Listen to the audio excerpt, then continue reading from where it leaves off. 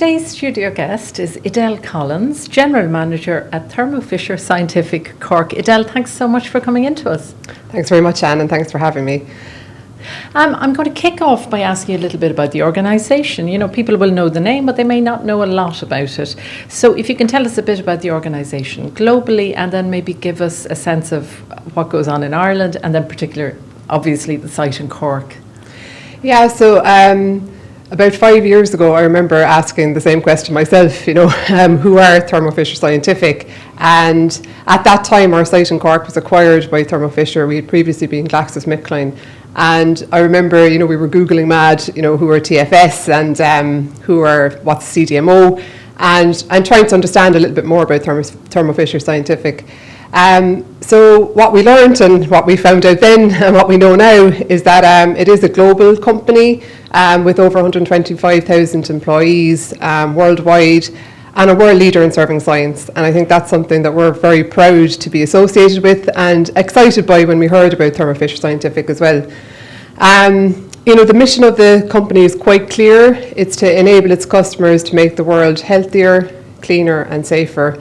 And I think that's something we can identify with, and I think the people at Cork were excited that this was a company that they could get behind. In terms of the reach of the company, it's expanded and grown over time, and really now what it provides customers is an end-to-end integrated solution. And I think what that means is, we can bring molecules to medicine, we can bring data to testing, trials to detection, across a range of end-to-end supply chain solutions for customers. So a fantastic company to work for. Within Ireland then, I think it is still a question, about Thermo Fisher Scientific. Not a lot of people know about it widely, but since 2019 the brand has grown. We've gone from about 70 employees to over 1,000, and that came with the acquisition of our site in Cork, and then the PPD site in Athlone was also acquired by Thermo Fisher. So now a much wider presence, and we continue to grow the brand. I think initially we were known more in the lab space, but now we've expanded into clinical trials, analytical and pharma services in Cork.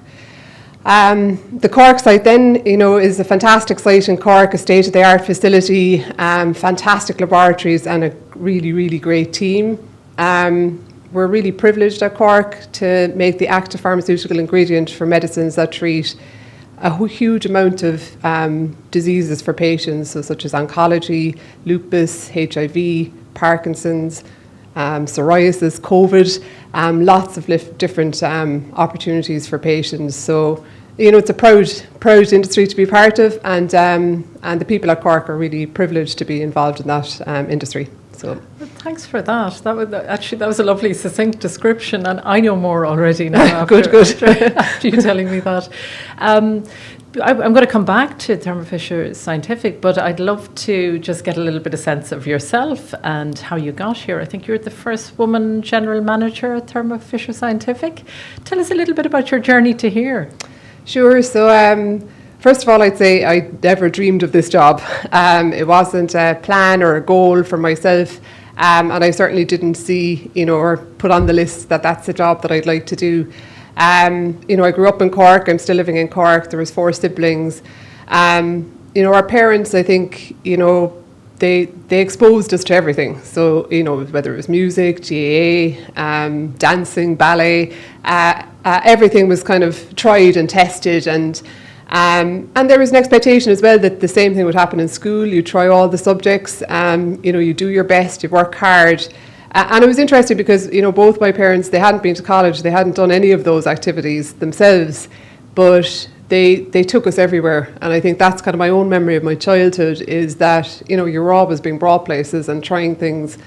So then for myself, my mum would always be looking at different subjects, what were the right choices for the Leaving Cert. And when I did eventually go to the Leaving Cert, I was still in that place where what do you actually do?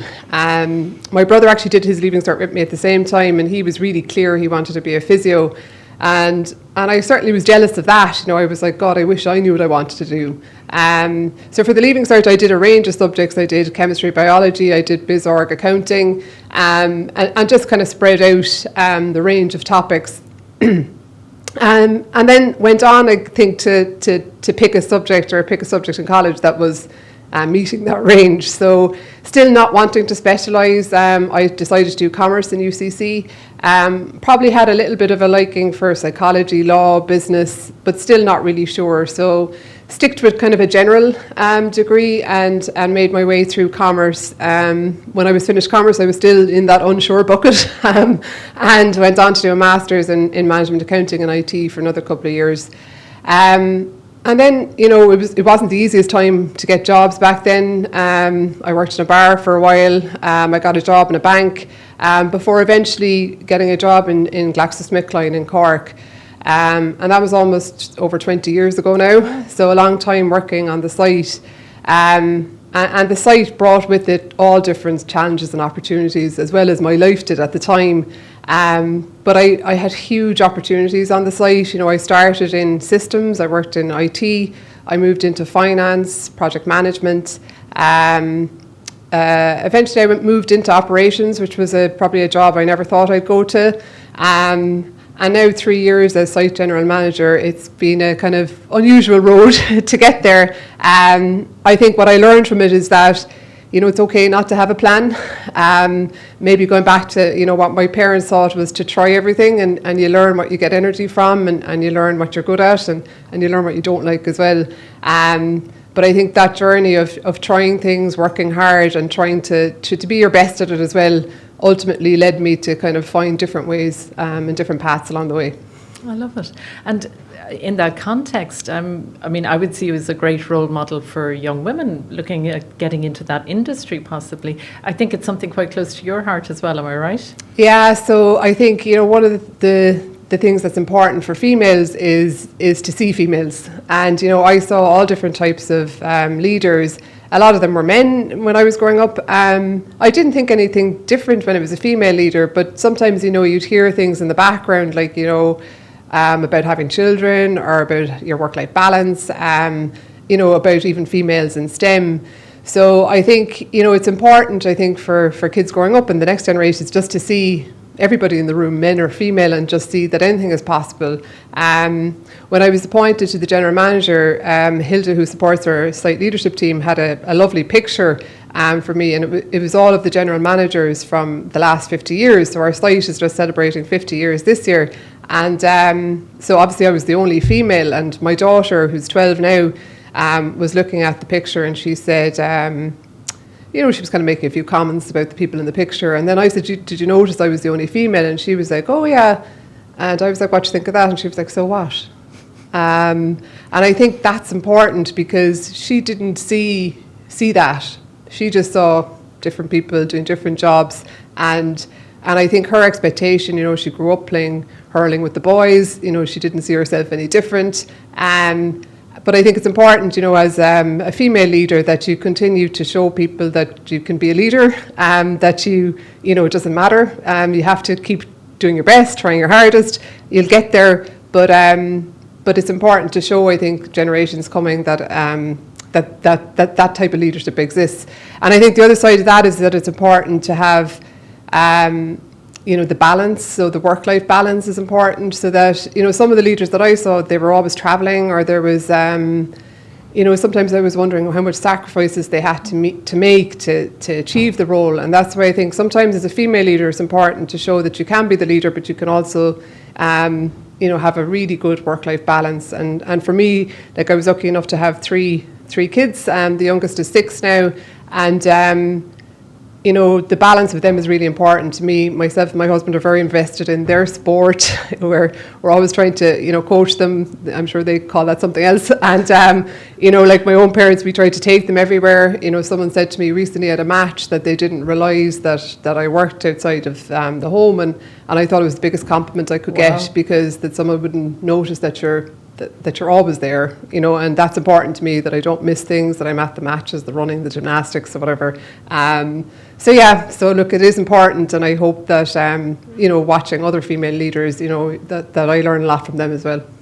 I love it, and it's so important that attitude that your daughter has, that doesn't change when she gets into the workspace, so I think that's where the role models are so important, that she continues to feel Yeah. that, oh, well, why not? Yeah, yeah. Well, look, in that context, I want to ask you a little bit about leadership as well, and sort of your own thoughts on, what a good leader looks like. I know that's very general, but I mean, good leaders that you'd have seen over the years, or what you think good leadership looks like now. Yeah, I think it's hard to find, one leader. And, even when I talk about people making sacrifices, you learn from that as well, because sometimes you've done the exact same in different ways. So I think over time, there was probably people I modelled myself, when I was earlier in my career. And then as time went on, I probably looked at things that were good in leaders and things maybe that I didn't like. When I got the role of general manager, somebody said to me, now that you're the general manager, you need to be different. You need to be the general manager. And I remember saying to John at home, what does that mean? And I said, I don't want to be somebody else. And how do I be the general manager? And I remember his comment to me was, well, you've got this far being yourself, so why don't you keep going? And I think those type of things are important, because, even a simple sentence where he kind of said, you don't need to be somebody else. He was like, you probably need to act different in certain circumstances, but you successfully have gone this far just by doing that. And I think, to answer your question, I think leaders who are like that, who are authentic, who stay kind of true to their own values, it shines on them better. And I like to see that coming through as well in our own team. I think, building on that a small bit more, the leaders that invest in others are probably the leaders that I'd role model myself against. And I've been really lucky to have worked with a number of those leaders over time. Maybe as a female, but I think this is the same for males. You've lots of people talk about the glass ceiling and different things, but I think, sometimes you just create your own obstacles yourself internally. So for example, I'd see jobs and John would be like, oh, you should apply for that. And I'd be like, well, I'm not even qualified. And,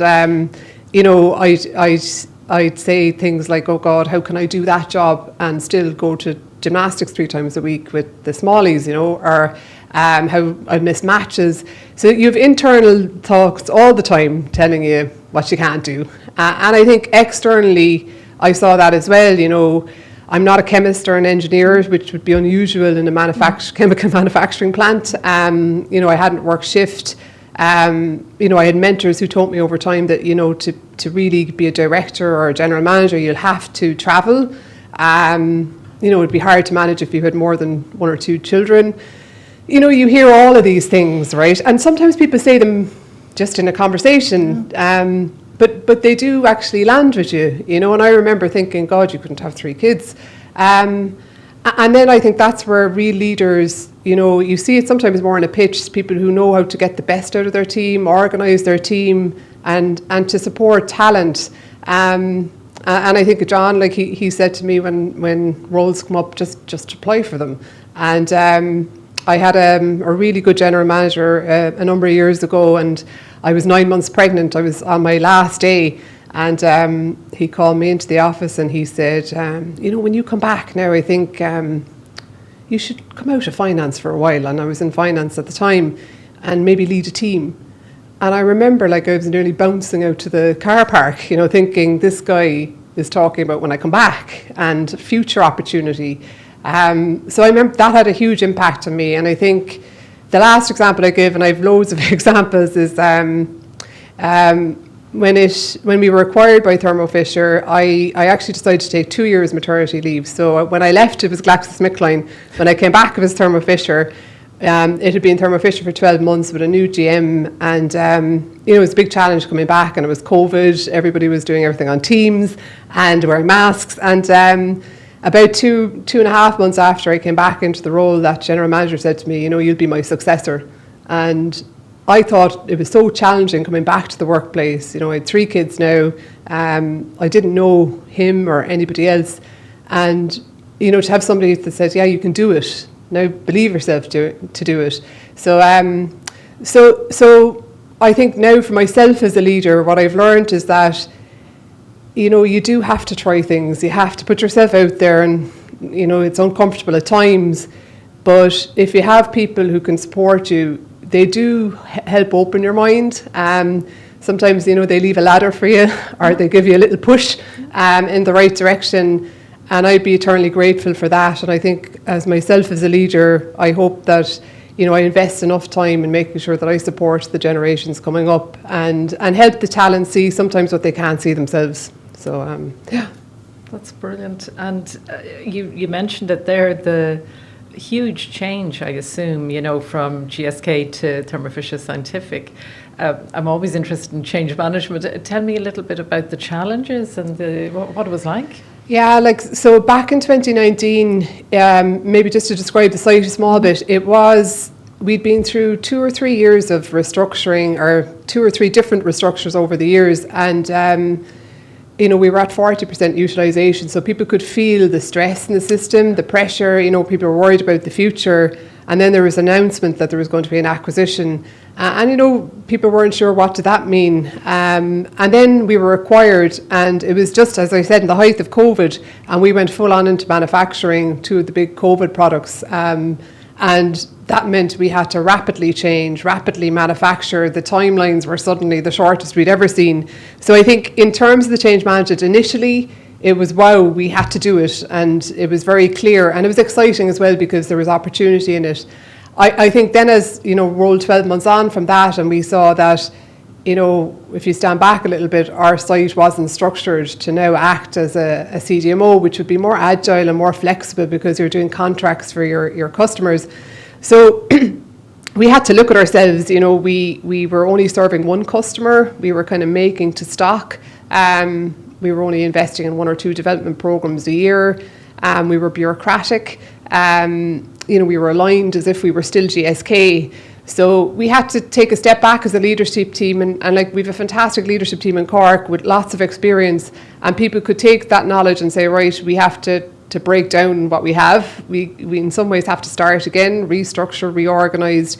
We had to invest heavily in development because that was to be our key competitive advantage. And we had to organise ourselves in terms of this is the way we want to operate for the future. We're now customer facing. So we have now a customer on site nearly every week. Previous to that, the customer was internal, it was GSK, so we knew the customer. So upskilling ourselves in terms of how to manage the customer was also a huge part of that change. But I think all through it, the common thread is the culture. We've a really strong team in Cork, but you have to make sure that people continue to grow and learn and they can see the opportunity in the change. I think we were lucky in some ways that the change was in front of us. That move towards COVID, people could see the activity straight away, so it was positive from a change management perspective. But that continued, and I think the investment in changing the structure and the culture helped and ultimately led us to, we've just signed our 28th customer. Wow. We've doubled our output. We have probably 10 development development programs now versus the 1 or 2 that we used to have. I think the easiest way to describe it is in the laboratories, you'd walk in and you'd see 1 or 2 chemists. Now you walk in and, you're in the way. So it's much more exciting for our chemists and our engineers. You've development every day and the scientists love what's coming in the door. And I think for ourselves, the impact of being so close to the customer has helped us on the change journey as well, because you learn from the customer, you can see the impact, and I think that's been a really positive motivating effect as well of the change. And with that level of growth, what has it been challenging finding the talent? Because, again, you're talking about chemists and highly qualified people. Yeah. What's that been like? Yeah, so it's a constant challenge. And I think, it is a competitive market. And where we are in Cork as well, it's a competitive landscape. And I think, if you go back to the brand, it is important that people know the brand. So we have to make sure that people invest in sharing the brand around, whether it's with the colleges or with the schools or just, even marketing, to make sure that people know exactly what Thermo Fisher do and that they don't have some preconceived notion of it. So I think that's important. But I think as well, the leadership piece is important. We have to attract talent, but we have to retain talent as well.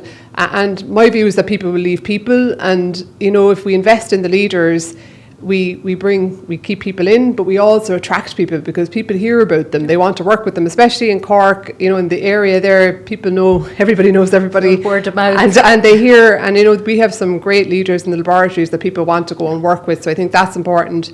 But I think the collaborations is the other thing.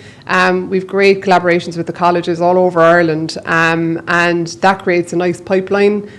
We often recruit from the intern programs, and now we try to invest in the schools as well, and even try to see, make sure that when they go to UCC or they go to UCD or they go to wherever or across Ireland, that they know that this is one of the places that they could do an internship in. But it is something that you have to invest your time in, because I think there's always somebody around the corner that is also looking for talent. So you have to make sure that people know what you have and know what you have to offer. Yeah, no doubt about it.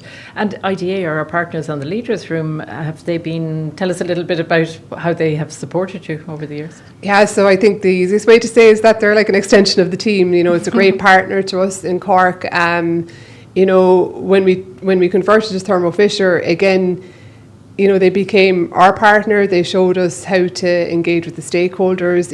If there was investment opportunities, they were always 2 steps ahead of everybody else in terms of trying to ensure that they can get the stakeholders to Ireland or to get support for investment in Ireland.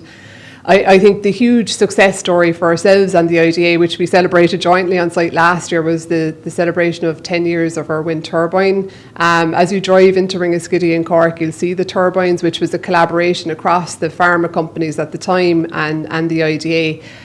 So now we have about 25% of our electricity from our turbine, but we've now gone on, we've a really passionate team on sustainability to get to our carbon net zero goals, and the IDA have helped us with that strategy and are supporting our future ambition. So I look forward to see what's to come. The team is ambitious and the IDA are supporting in the background. But I think the other thing is the skills and the talent, as you just talked about. The IDA offered us a lot of support on the upskilling from going from big pharma to CDMO, and there's still a lot of support available now to continue to grow the talent, because we want to make sure that we always have the best scientists, the best innovation. But that support had been really instrumental in the change that we talked about, because we did have to change how we acted and how we worked, and the IDA played a huge part in that. Very good. And then finally, just the future. What does the future look like for? Yeah, so I think the macro environment at the moment, the economic environment is evolving every day, right? So I think you have to be prepared to change, and I think that's the most important thing, to be keeping, as I say, try to be keeping ahead of it. So do your scenario planning, looking to see what are your potential different options. Within Ireland, I think the CDMO landscape is actually starting to grow, and I think that is an opportunity within Ireland. We could leverage our own ecosystem to attract global talent, attract investment, and keep investment in Ireland as well. We have the pharmaceutical in Ireland, and now we have a growing CDMO world to support manufacture and to keep the manufacturing in Ireland. So I do think there's opportunities within Ireland. And then for the site itself, we're really ambitious for the site. I'd love to see the customers doubling again. I'd love to see the amount of leaders that we create, scientists, specialists, to double and quadruple. But ultimately, we want to make sure that we can create more life-saving medicines for people all over the world. So that would be our ambition. Edel, your enthusiasm is contagious, I have to say. Thank you so much for telling us all about Thermo Fisher and so much about yourself and your journey as well today. I really enjoyed that. Thank you so much. Thanks very much. It was nice to talk to you. Thanks, Anne.